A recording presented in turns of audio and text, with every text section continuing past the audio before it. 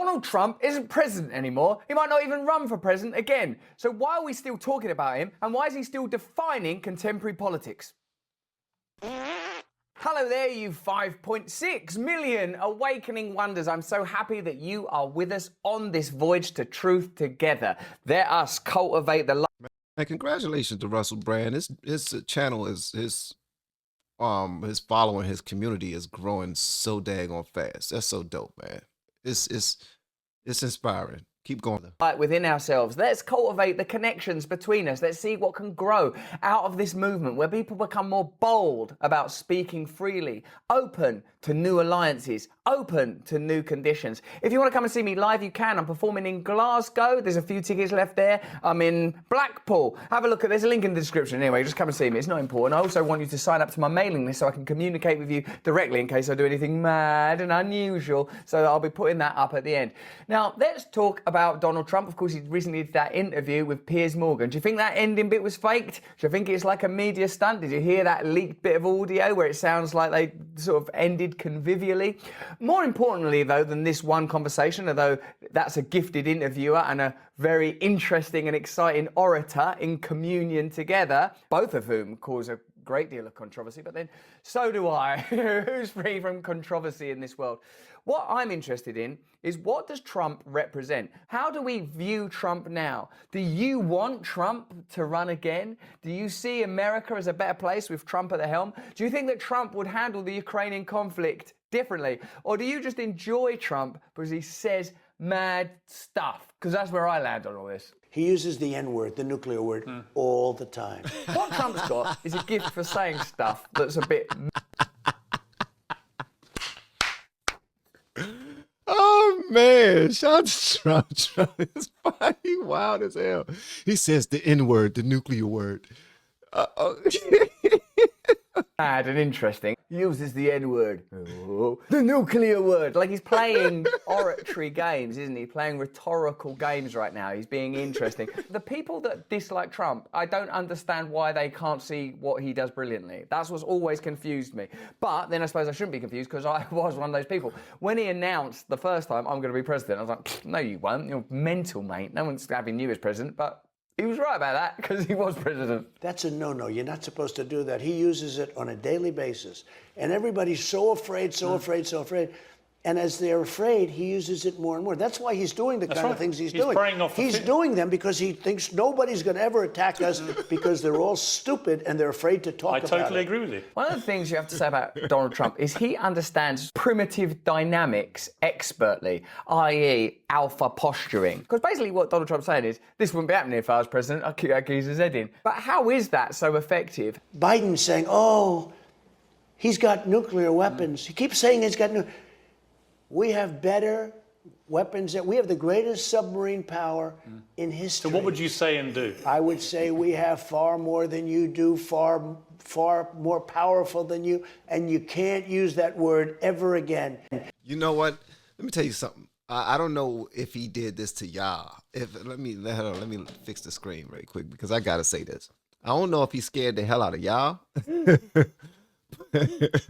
But the people that was within my earshot, this dude was scared the hell out of people. He was like, come on, bro. Calm down. You're going to start something, man. Shh. Don't tell nobody. It's like you just trying to be a bully, man. Calm down. This dude was like, man, look, we can go. Let's go. Let's go. I don't care how much you use the N-word, the nuclear word. I don't care. I want all the smoke. That's what he used to say, bro. Is it possible that geopolitics can be reduced to this? Like superpowers, or at least a former superpower and a current one, talking about the most significant conflict currently happening in a way that's sort of so identifiable and recognisable? Is it really that simple? You go, listen, you might have nuclear weapons, mate, but we've got more nuclear weapons. You keep mouthing off, we'll do you. Like no different from school. All political life is still an expression of the palette of emotions that human beings experience, isn't it? Like, what is late corporate capitalism? greed, like greed, fear, desire. It's all going to be drawn from that palette. There aren't new emotions. There's not new phenomena. They're not feeling things from different dimensions when it comes to elite politics and elite corporate political pacts, are they? So perhaps what Donald Trump does is acts as a kind of cipher of simplification that we all sort of somehow appreciate because of the obfuscation and opacity of modern politicians. You cannot use the nuclear word ever again. And if you do, we're going to have problems. Trump is like a culture hack, a circuit jam. We're so used to the dissonance of what politicians say and then what they do. I like the fact, all Trump was doing was just letting y'all know again. He was letting y'all know one more time. I have a lot of rap friends, bro. Because that's how they talk. And for people to act like the dude he was outside, bro. He was cool as a fan with everybody at one point until he decided to run for president and put on a MAGA hat because the black people never understood that last A. That last A was like, come on, bro.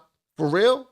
Oh, man, now we don't like what's going on. Let's do it. But when he's talking to these other people, these other presidents of other countries and whatnot, that inner hip hop comes out, man. You can tell he has far more rap friends than Obama has.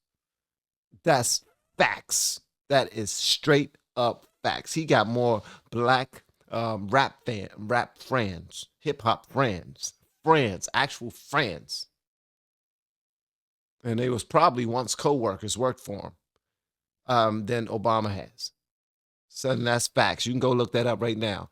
Say all of this stuff, and then we know they've got them foundations and they're trading in Congress and they own stocks in this, and none of it makes sense. So when this person comes along and just goes, yeah, well, we got better berms, everything seems to go like that. He pulls things madly into alignment. It's a version of truth. We're so accustomed to the disparity, the disjunct between what they say and what they do, that when someone sort of mashes that together, it's startling. And I think the people that dislike Trump don't acknowledge that. Of course, I don't agree with Donald Trump on so many things. He's ultimately a billionaire capitalist that said some really, really crazy, outlandish stuff. But there are loads of things in terms of his rhetoric, his ability to communicate, his diagnosis of contemporary American political life, his clarity. That you have to say, well, this dude, what? Who are you bringing in as the alternative? And by the way, by the time we arrived at Trump, we'd been through that, the spike of optimism of people like Tony Blair. Oh, this guy's good. He's young. He's going to be really good. Oh, he's just done a war. Right, he's useless. Oh, but Obama, he's good. Oh no, he's just done the same things. But Hillary Clinton, a woman one, will that work? No, it doesn't make any difference. Like shuffling around the kind of demographic differences around age and race and gender doesn't mean anything in that sphere. People focus too much on Trump rather than the causes of Trump. What facilitated Trump's rise? A total lack of trust in political figures, a political landscape that was devoid of integrity, no political party that was representative of ordinary people, and because none of those things are going to be addressed because of entrenched establishment corruption in all parties, it's easier to just go, I don't like Trump, he's a sexist or whatever you want to say Trump, but he actually isn't meaningfully worse than any of the people that you're presenting as an alternative, and he is observably better at doing the things that are important, i.e. being on the television, connecting with ordinary people. There's your Trump phenomenon. When you were talking to Putin, when you were president, and he was talking about potentially invading Ukraine, that you threatened him with your nuclear capability. I threatened him like he has never been threatened before. I threatened him like he's never been threatened before. Trump's certainty is appealing, isn't it? You don't know what threats, like Putin, he was in the KGB, he must have had some crazy life. You threatened to use nuclear weapons. I don't want to say that. I threatened him like he has never been threatened before. Who speaks like that? Like Churchill? Like, who says stuff like, I threatened him like he's never been threatened before? Essentially, he's appealing to something that there is a need for. There is a need for. Look at how complex your own life is. Look how much uncertainty there is from the decisions you make about what you eat, to how you conduct yourself in a relationship, to the ongoing doubts about evolving social lexicons, to your uncertainty about political figures, the fact that no one in the political landscape is presenting you with a new vision, saying this is how we could organise society, this is how we're going to run Trump thinks, I know what I'm doing, don't be frightened. No one's talking like that. So Donald Trump at least is ticking one significant box. There's an archetypal charge to somebody else. I threatened him like he's never been threatened before. You can go to bed and relax now. Oh, thank you. I'll see you in the morning. I'll get in as well. I'm just going to put my hairnet on. I think potentially, look, you know, if these people aren't smart, and they're not. This brother, man, If I these swear. people aren't smart, and they're not. What we're watching here is two people that really understand media, two collaborators in creating spectacle. Piers Morgan understands media like few people on the planet. Donald Trump understands media like few people on the planet. Here they are together, engaged in this wonderful piece of theatre, talking about like nuclear wars and stuff like that.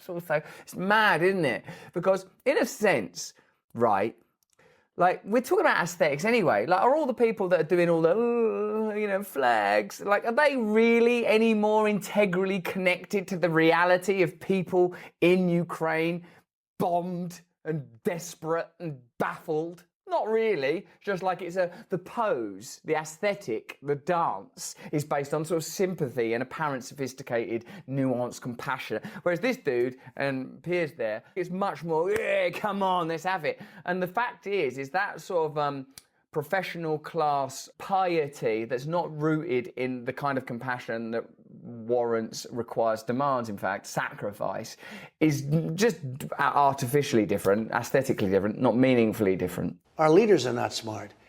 If they're not smart, you're going to end up in a nuclear war. Trump cannot become irrelevant unless you make Trump irrelevant. You cannot nullify Trump and Trump's rhetoric unless you have political parties and political leaders that behave with absolute integrity and authenticity, that are willing to say, for example, not have pundits on CNN that are former military advisors that currently work for Lockheed Martin. As long as you know that there are Congress people that have investments in Raytheon and firms that make weapons, as long as you know that the media secretly enjoy wars because it improves ratings, as long as all those things are true, as long as...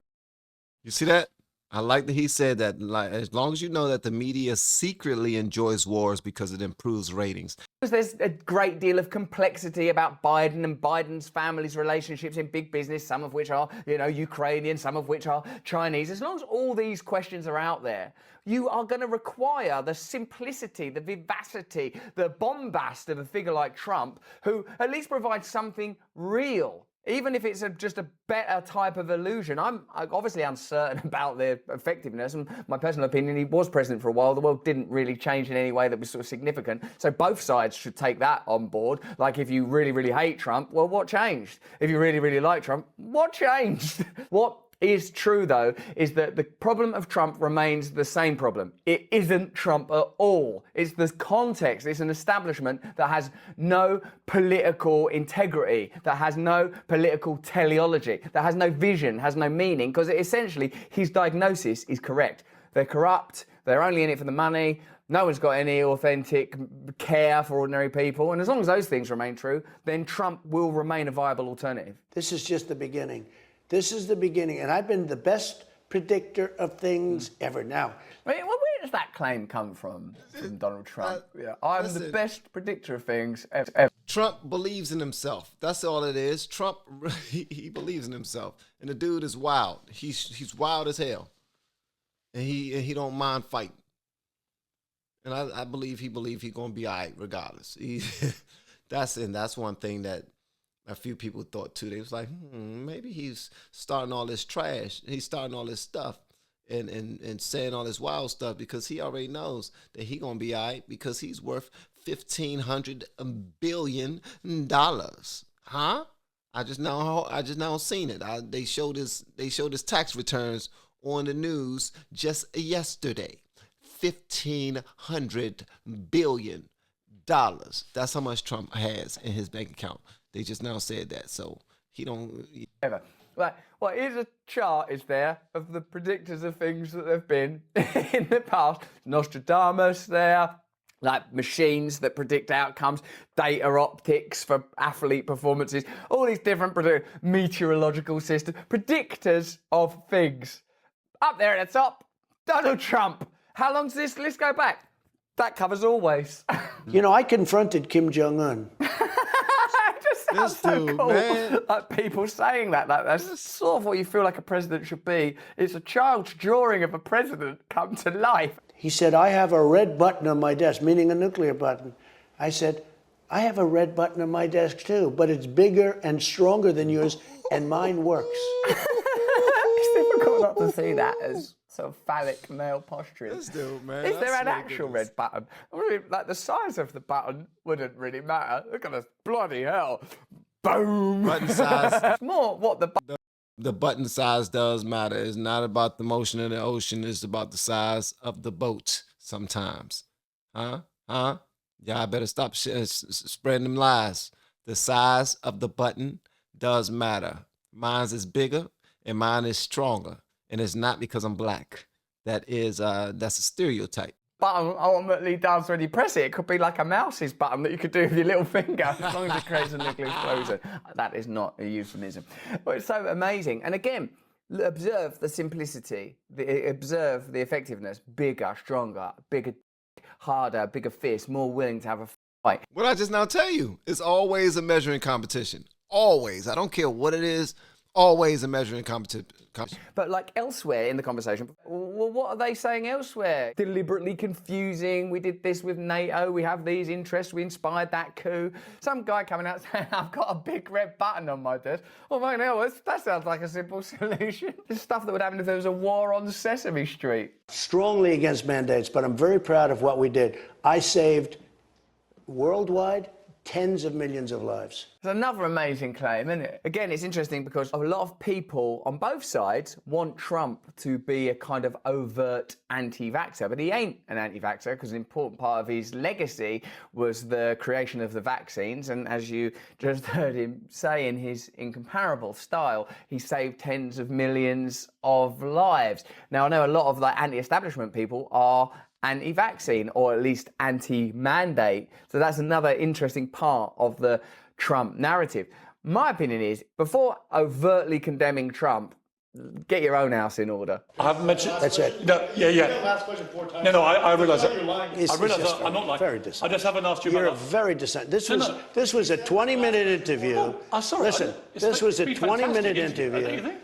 I think it's fine. It's fine.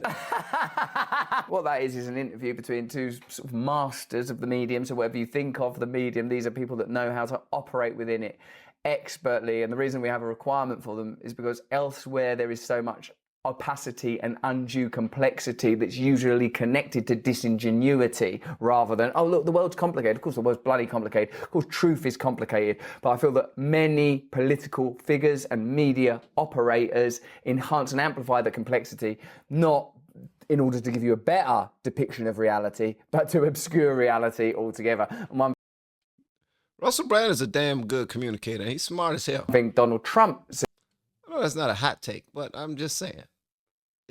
He is. He's very smart.